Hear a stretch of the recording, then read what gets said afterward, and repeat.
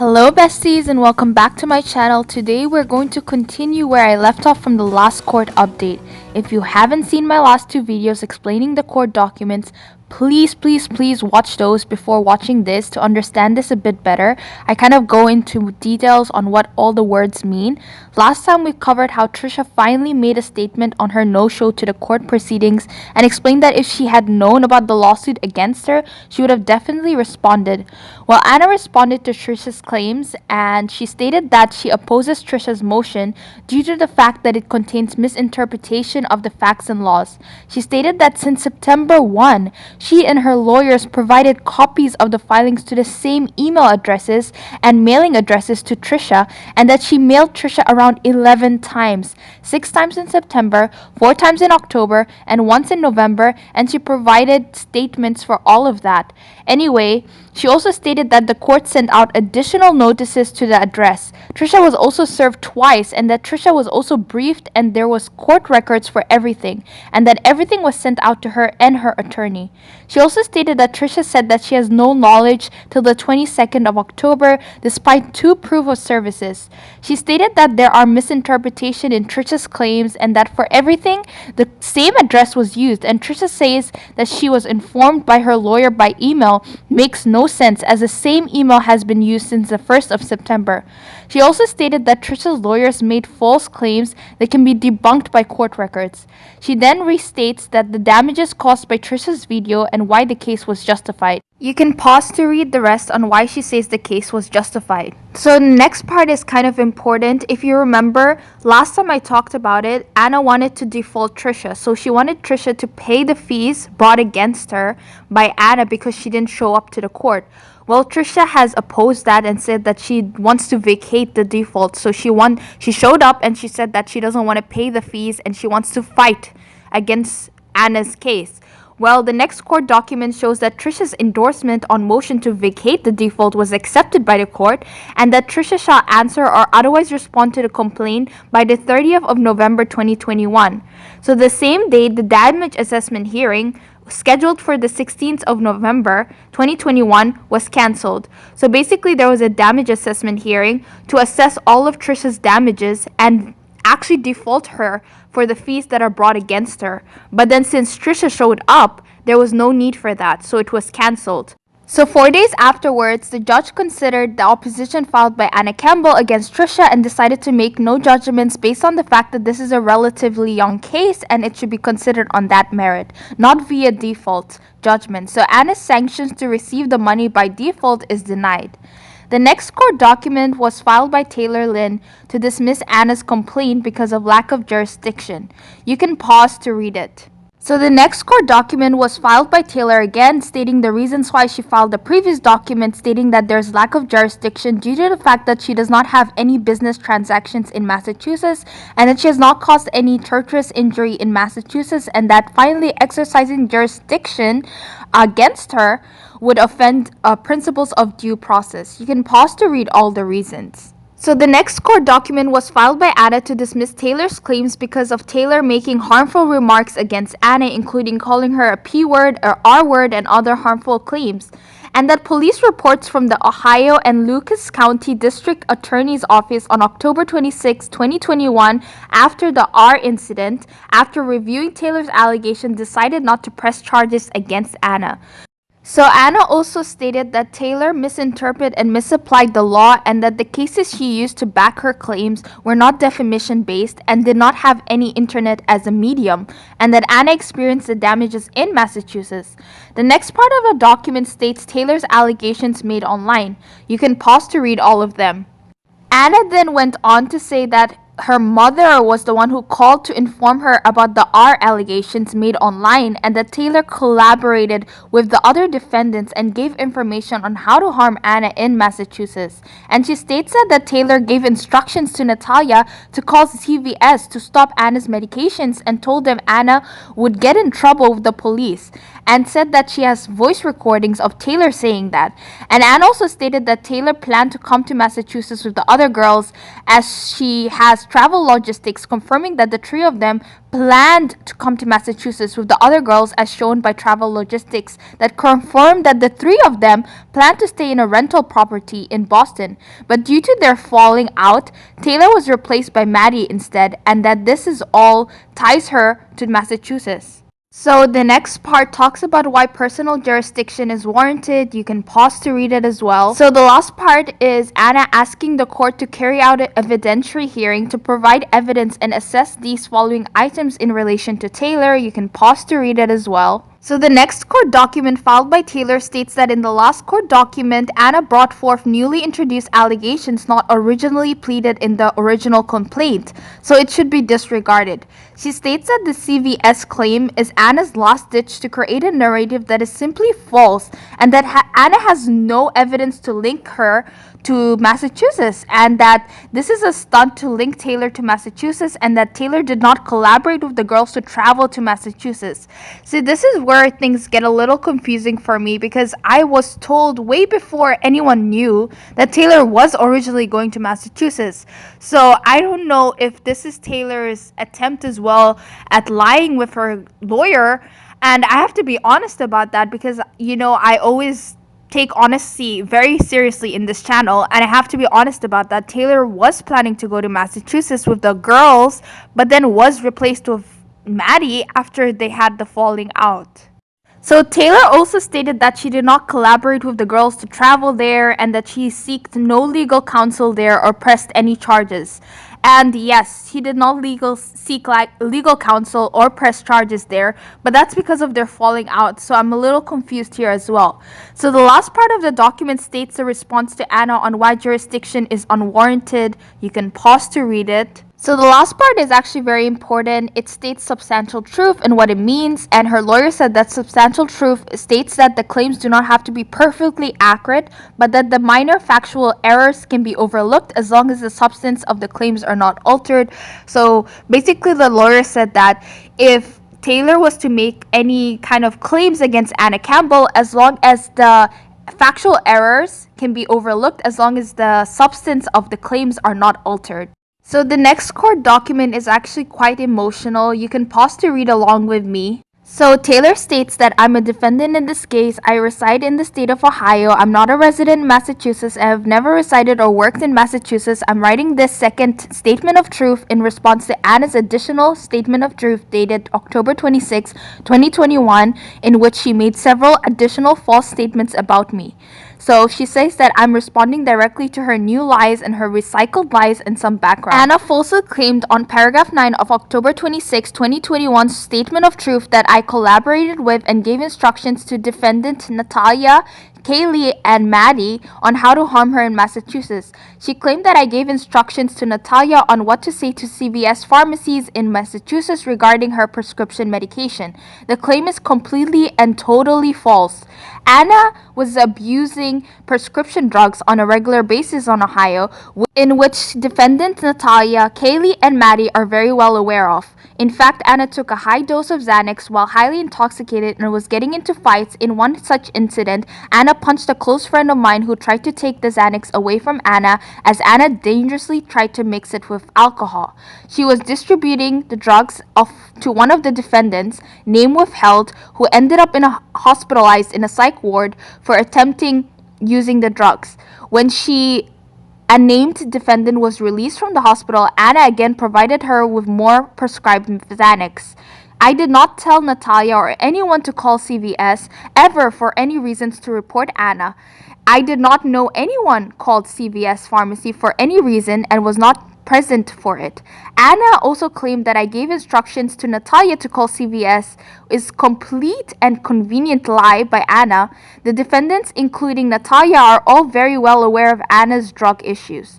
Anna also claimed that I planned to come to Massachusetts in August 2021 to institute legal action against her. The statement is also false. In further response to Anna Campbell's October 26, 2021 statement of truth, the following is a little background of who Anna Campbell is and what she did to me. Anna made harmful, negative, malicious, and demeaning public YouTube videos about me. She posted negative, harmful, false, demeaning, or malicious content about me. She invaded my privacy, made false statements about my character, lied about me, exposed my financial situations and workplace, and made all kinds of false and malicious statements against me online. She subjected me to non-stop harassment, threatened to physically assault me, and cyberbullied me. At one point, I stated on my social media accounts that if Anna posted one more false, demeaning, malicious thing about me, that I would respond, and the truth would be out. Of course, Anna did not stop. She was shading me publicly in captions, Instagram stories and lives, and tweets on Twitter, and talking negatively about me, leading to my response video being posted publicly. Everything I said on that video is completely true with proof to back it up. Anna's online attack and malicious assault on me went on for a long time. Anna went on to the extent of directing another influencer, Ali Harding, a larger TikToker with 2 million followers, to, and I quote, end my career. They sent armies of people to attack me. The TikTok clips made by Ali Hardy led to messages wishing pain on myself and my family, telling me to slit my wrist, calling me disgusting, and telling me to off myself. The night those TikToks were posted, I spent 12 hours from 6 p.m. to 6 a.m. sobbing on my living room couch, screaming I don't want to and please God, crying, praying to God to help me get through this, what Anna was putting me through without committing. Those are screenshots of text messages Anna sent to my friend Flynn, taking pride in the damage she was doing to me. After Anna begged Ali Hardin, a larger TikToker with 2 million followers, to go after me, the demeaning and malicious TikTok posts about me accumulated millions of views, resulting in online harassment and threats for over 2 months towards me.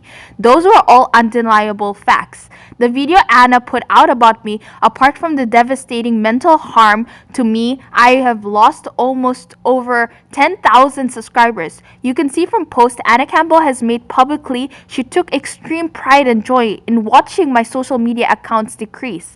Due to the negative mental effects of what she has put me through constantly, resulting in debilitating mental illnesses leading to unemployment. As a direct consequences of her posts with me about me online, I was bombarded with extreme amounts of hate online.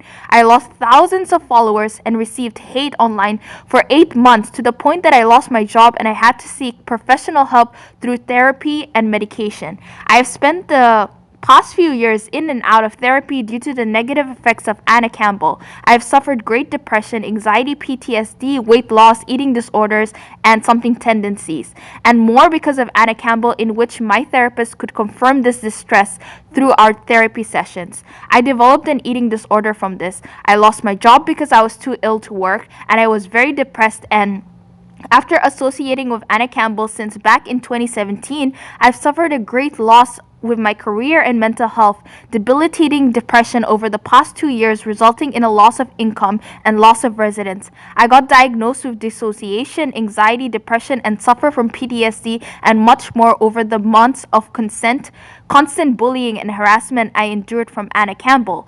I have suffered from extreme tendencies from the misery and torment Anna Campbell has put me through. This has resulted in many therapy sessions, medications, and disability. I have many times as a result of Anna Campbell tormenting me. Every time Anna Campbell is out of the picture, I am mentally stable, happy, able to work, etc. I was able to get off my antidepressants and anxiety medication after associating with Anna Campbell. I gained weight from being healthy again, all until Anna Campbell would come back to haunt me. Once she was back to harassing and tormenting me online, I suffered from all the same mental disorders and tendencies: nightmares, sleep paralysis, eating disorders, anxiety, weight loss, depression, and tendencies, and again. Anna Campbell found satisfaction in watching me lose everything I worked for. I warned her to stop many times, and every time she refused to do so, she continued to harass and threaten me online. I told her I would file harassment charges against her. I finally responded to her publicly and private harassment by posting my response. She continuously instigated the situation by pushing and poking at me until I finally had enough and put my side of the story out. The video that was posted to my YouTube channel, Anna Campbell is Dangerous, was in reaction to Anna Campbell's posting postings on social media. Anna has made several videos about me on YouTube and other forums, including This Ends Here and The Truth About Taylor Lynn Pennegraph, and manipulated her audience using my personal and private information shared with her in private against me. It was about the abuse I endured in her hands. The online posts that I made about Anna Campbell are all true. I can prove every statement I posted. No defamation crime was committed, and everything I said about Anna Campbell is completely true. Everything that I posted in regards to Anna Campbell online through social media was in response to the constant harassment, false malicious claims, and threats made by her on social media about me. I've known Anna Campbell for years, and she has never been someone who was private. She wasn't afraid to post almost anything publicly. She was known online for her vulgar, careless attitude. She even calls herself Lucifer if it is on her pages. Anna Campbell made harmful YouTube videos about me, currently still public on her YouTube channel, accumulating over 400,000 views. This ends here. The truth about Taylor Lynn Pennegraph. The video we made titled We Are Survivors and the video I made solely on my channel titled Anna Campbell is Dangerous were completely demonetized. I accumulated nothing from it. Not a single dollar was made off the situation. She profited off my emotional and mental support and my compassion and empathy for her for a long time. She made numerous videos about me, all which had at least 6 to 8 advertisements. So she was always profiting off the attention and off my trauma.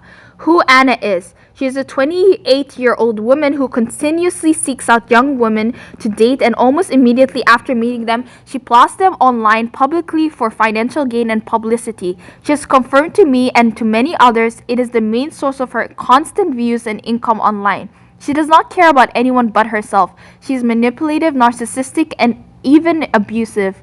And it's very bold of her to file a suit against the victim she abused.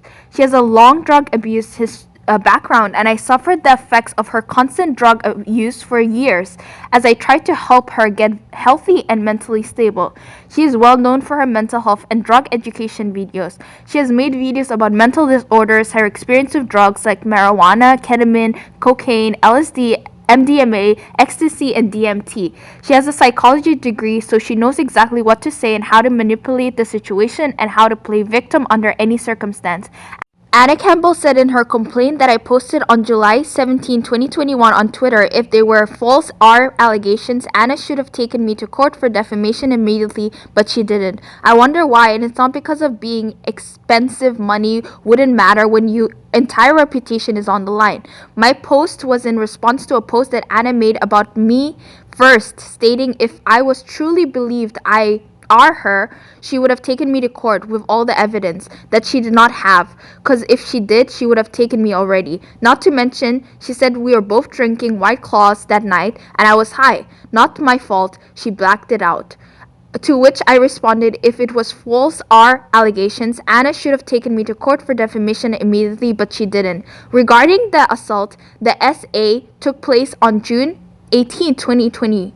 And while I was still residing in my house in Ohio, Anna Campbell has previously pressured me to be with her on her OnlyFans, regardless of her telling me her countless amount of times I was not comfortable being with her under any circumstance.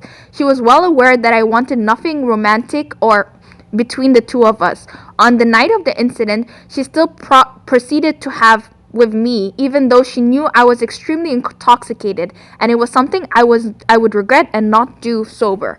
I woke up, saw that I was in bed with Anna, and looked over to her and nervously said, "What happened last night?" And she responded by telling me that we hooked up, with a smile on her face, explaining in detail. I asked Campbell, "Did I do anything to you?" To which she responded, "No, you were too drunk." Anna was fully aware of how I would feel about the situation. Anna continuously knew and even stated on social media that she knew it was something I would not do sober and would regret, yet proceeded to use my body for her own pleasure. Anna told me that and was extremely proud and excited about what happened. There is a witness. She admitted that she was sober that night, fully coherent and aware of what was going on, while I, on the other hand, was the opposite and unable to consent with her.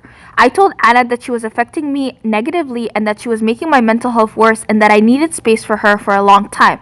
Anna yelled at me and did not agree with me ending things with her. She proceeded to tell me she messed up and she needs help. She then told me that herself, and because I no longer wanted to be her friend. I immediately started to dissociate myself from her and went unresponsive. In her statement of truth and complaint, she said that I called her a P word. She admitted herself that she is a P word and even posted it herself online in her own words. She wrote that was P level. Anna Campbell admitted to that and even referred to herself as one. She also acted it out. She got that reputation through her own actions and her own words. Campbell posted to her Instagram a post of Austin Mahone, a male artist, with the caption, "Why does he have to be 16? I'm a P level and I don't care. He's my new obsession. Hashtag Austin Mahone. As well as I would do dirty things to him. I don't care if he's like 15. Anna Campbell also posted many times publicly on social media expressing her desire to commit S-word, yet never got medical attention. Instead, she induced panic on her entire following and friends. It was Anna Campbell who invaded my privacy countless amounts of times. My privacy was never respected in any way, shape, or form by her. She posted screenshots of tweets of a conversation I had with my previous best friend, Flynn, manipulating the messages to look like I was doing disgusting things, to which she then blackmailed me with the information after I texted her respectfully and privately asking her to stop harassing me or I would move forward with pressing charges against her. She acted on threats and posted the screenshots to her thousands of followers with a false narrative. And I also posted publicly that I was mentally unfit to own a gun, insinuating I own one illegally. She also posted that I do not have security cameras outside of my home.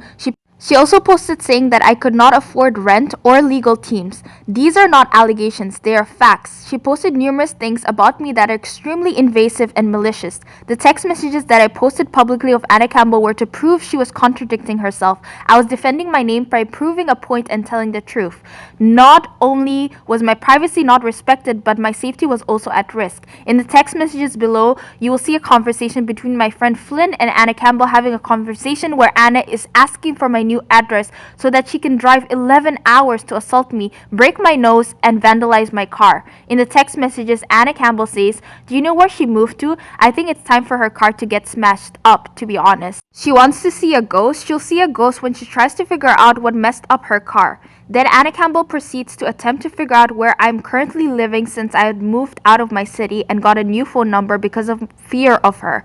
I no longer felt safe with her knowing my personal information for this exact reason.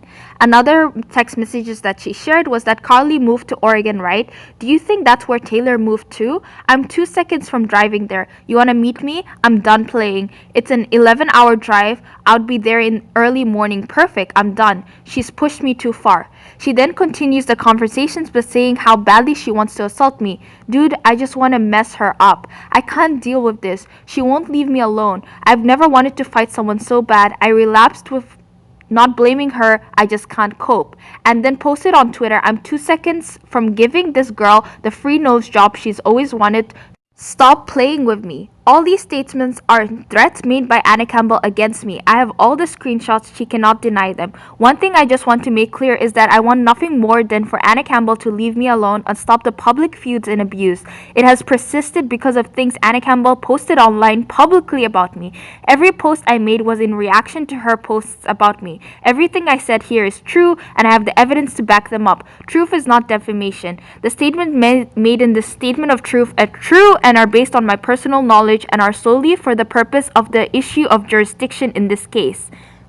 So those are all the claims that are made in this document, and let's move on to the next court document. So the next court document is just a statement of truth by Taylor's lawyer, and then the court document after that was filed on behalf of Natalia in response to Anna's notice of her violation of the preliminary injunction. If you remember from my last video, Natalia posted a TikTok indirectly referring to Anna. Well, Anna notified the court but decided not to impose anything onto Natalia. Well, Natalia fired back and stated that her video posted to her TikTok was misinterpreted and based on a third-party interpretation. She stated that her use of the letter A and the devil reference and the use of the song Dancing with the Devil by Demi Lovato does not refer to Anna Campbell. She also stated that there was nothing unique or identifiable about her use of the letter to correlate to Anna, and that the three things Anna used are general and it's absurd to draw any conclusions from them, and that the letter A can imply either a male or a female and is vague to say the least. and her use of the song is simply a metaphor to anything that causes displeasure, and the use of the song is simply because of its recent popularity. Lastly, she states that the comments from the third parties are simply speculations made by people who don't know their past relationship, and that the court cannot look up anything as implied by those fans, and that Natalia knows the rules of the preliminary injunction, and as a sign of good faith, she has taken down the video. So she said that she's taken down the TikTok to prove her seriousness to the order. So the next court document is filed by Trisha to dismiss the case based on lack of jurisdiction again. The next court document after that was filed by Anna to strike Taylor. Her reasoning is that Taylor's opposition is irrelevant and is further harassment to Anna. She states that it further defames her to those who can view the court documents online. She states that Taylor gave irrelevant information such as her place of residence, her family's residence, and that she lost her apartment due to not working, and that she was harassed, bullied, and threatened to abolish her from jurisdiction to Massachusetts. Anna also stated that these are all irrelevant to the case and not mentioned by Anna herself. She stated that she provided proof that Taylor intended to harm her in Massachusetts, and that Taylor claims do not refute that. You can read the statements that Anna said are irrelevant. Anna states that these statements are just to taunt, harass, and defame her further, and just to paint Anna in a negative light before the court. So the next court document is just a statement of truth. You can pause if you're interested to read it. And then the next court document was filed by Trisha to dismiss the case based on lack of jurisdiction. You can pause to read that as well. There was also another court document filed for her reasoning behind her wanting to dismiss due to lack of jurisdiction. It's basically saying the same thing as last time, so I'll just let you read it yourself if interested. You can pause to read that as well. If you do not want to read that, it is summarized in her statement of truth, which I will show right now. You can once again pause to read that.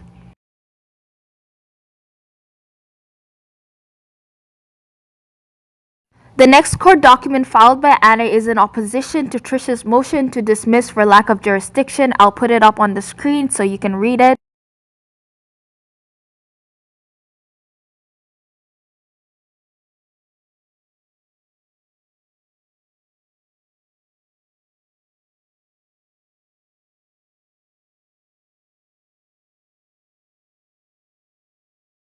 Trisha then counterattacks Anna's document with her own response. I'll put it up on the screen as well for you to read it.